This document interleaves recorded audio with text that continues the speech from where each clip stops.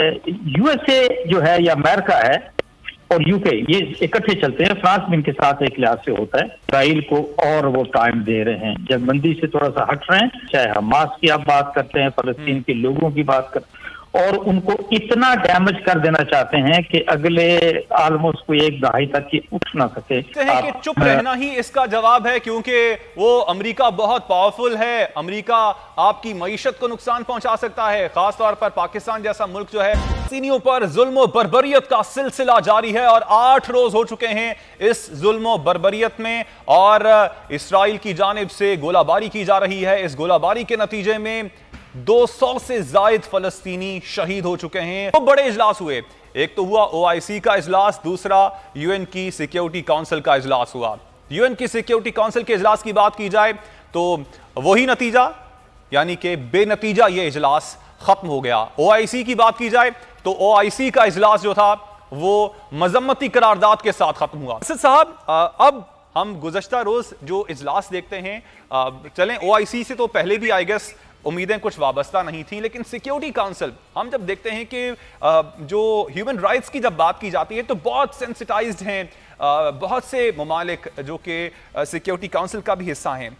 जब पैलेस्टाइन की बात आती है तो हम देखते हैं कि इजलास होता है और वो बेनतीजा खत्म हो जाता है। बहुत ही मैं समझता हूँ कि इंतहाई अफसोसनाक है एंड वेरी इनबैलेंस्ड और इनइफेक्टिव। आप यूनाइटेड नेशन को या सिक्योरिटी काउंसिल को देखते हैं और आप देखें ना कि नाइंसाफी की बुनियाद तो यही है कि पूरी दुनिया जो है वो सिर्फ इन 5 ममालिक यानी रशिया, चाइना, USA, UK और फ्रांस जो कि इसके P5 इनको कहा जाता है, दे आर दी वन, क्योंकि आपको ऐसा लगता है जी कि ये दुनिया के जितने मामलात ममालिक के बीच में जो होते हैं ये इनको एक लिहाज से तय करते हैं। जो माइंड सेट होता है ये साथ लेके चलते हैं। दैट इज एब्सोल्युटली मैं समझता हूँ कि सुपरफ्लूअस है। ये कोई यूनाइटेड नेशन को आपने पिछले जब से ये मार्ज वजूद में आई है इसको ओवरऑल ट्रैक रिकॉर्ड को देखिए, और स्पेशली जब कल रात की आप बात करते हैं तो जिस तरह का इजलास हुआ तो उसको मैं तो इसको उसी तरीके से देख रहा था कि USA जो है या अमेरिका है और UK ये इकट्ठे चलते हैं। फ्रांस भी इनके साथ एक लिहाज से होता है। वो मैं समझता हूँ कि इसराइल को और वो टाइम दे रहे हैं, जंगबंदी से थोड़ा सा हट रहे हैं। Why it is so? Because Hamas को जिसको कहते हैं कि वो करना चाहते हैं बड़ा सीरियसली, और उनको इतना डैमेज कर देना चाहते हैं कि अगले ऑलमोस्ट कोई एक दहाई तक की उठ ना सके। चाहे PLO की बात करते हैं, चाहे हमास की आप बात करते हैं, फलस्तीन के लोगों की बात करते हैं।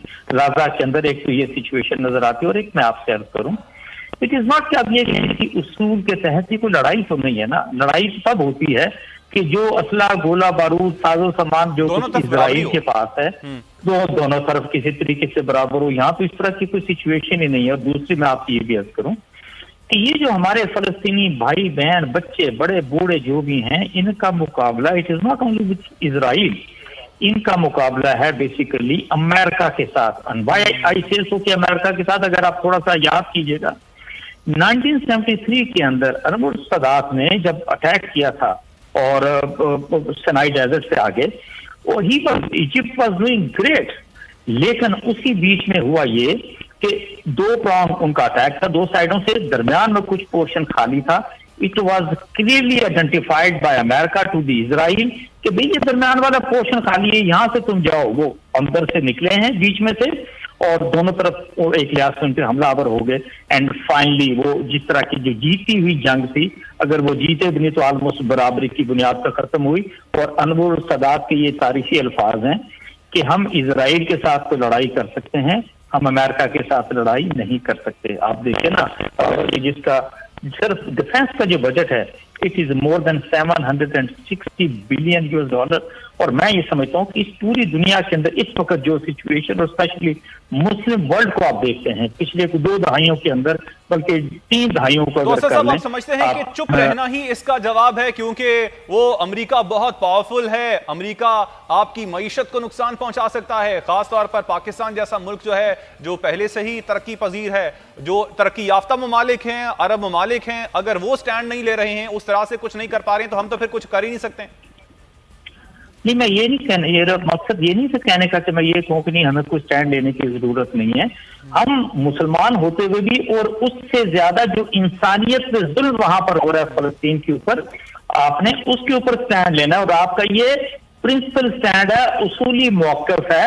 اور میں یہ سمجھتا ہوں کہ اگر OIC کو تو ایک ذرا سائڈ پہ کر دیں، صرف اگر ترکی، ایران، پاکستان، ملائیشیا اور اگر یہ پانچوں اکٹھے ہوتے ہیں کسی طریقے سے اور پریشرائز کرنا شروع کرتے ہیں. دیکھیں نا کامران، بات تو یہ بھی آتی ہے کہ 22 وہ ممالک اسلامی ہیں جن کے سفارتی تعلقات ہیں، جنہوں نے اسرائیل کو ایکسپٹ کیا ہوا ہے کہ بھئی وہ نتن یاہو کے ساتھ کیوں نہیں رابطہ کر سکتے. واٹ از ہیپننگ ایکچولی اس وقت وہاں پر، یہ جو غزہ کے اندر اور پھر اوور آل جو سچویشن اسرائیل کے اندر بنی ہے کہ بھئی یہ تو دیکھیں نا، یہ تو نہتے فلسطینیوں پر بمباری کی جا رہی ہے، ان کو گھروں سے بے گھر کیا جا رہا ہے، بچوں کو شہید کیا جا رہا ہے. آپ امیجن کریں، آپ یہ دیکھیں، بات کیا ہو، سب کچھ نظر آ رہا ہے، کیمروں کے سامنے ہے.